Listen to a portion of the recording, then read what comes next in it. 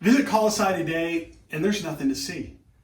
The city was destroyed by a devastating earthquake that struck the valley sometime around 60 AD.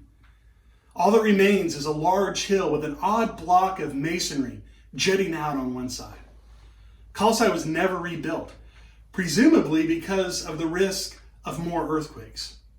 So we could say that the only legacy of this once thriving city is Paul's letter to the believers there. Paul's writing to a people that he's never met. Paul never visited Colossae, and the book of Acts doesn't record any mission there. But apparently, some of Paul's converts founded the church. Epaphras, a convert from Paul's ministry in Ephesus, and one of Paul's disciples and ministry partners, planted and pastored the Colossian church. The church met in the home of Philemon, another who heard and believed the gospel through Paul. So Paul had never been to the church, but he'd heard all about it through Epaphras and probably Philemon. And they needed him. They needed Paul's instruction. They needed Paul's encouragement. So Paul writes. He writes a letter from his heart to encourage their trust and their confidence in Christ Jesus.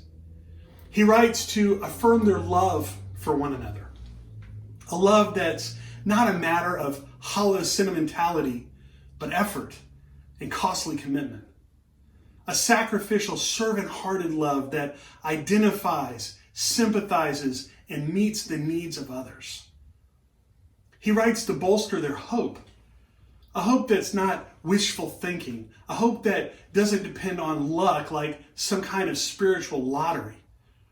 But a hope that rests on the sure and certain promises of the resurrection of Christ. So even though Paul has never met them, the believers in Colossae are very dear to him. Their conversion fills him with joy, and their lives exhibit precisely the qualities of Christ-centeredness. Faith in Christ and his reconciling work on the cross. Love, loving one another as Christ loves us.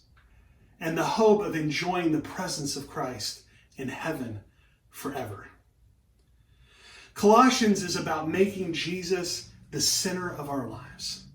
We need to look nowhere else to receive forgiveness from the past, maturity in the present, and hope for the future. It's a beautiful blend of theology and practice, emphasizing the person and ministry of Jesus Christ and how we live fully devoted to him above all else. Jesus is the center from which all true spiritual experience and growth emanates. To enjoy the life God created and redeemed us to experience, we cannot add anything to Jesus or subtract anything from Jesus, but only fully accept and completely surrender to his life-giving grace. Y'all, I'm really looking forward to this season of Epiphany and our new message series through Colossians. I'm looking forward to doing this with you, seeing you this Sunday. And hey, why not bring a friend?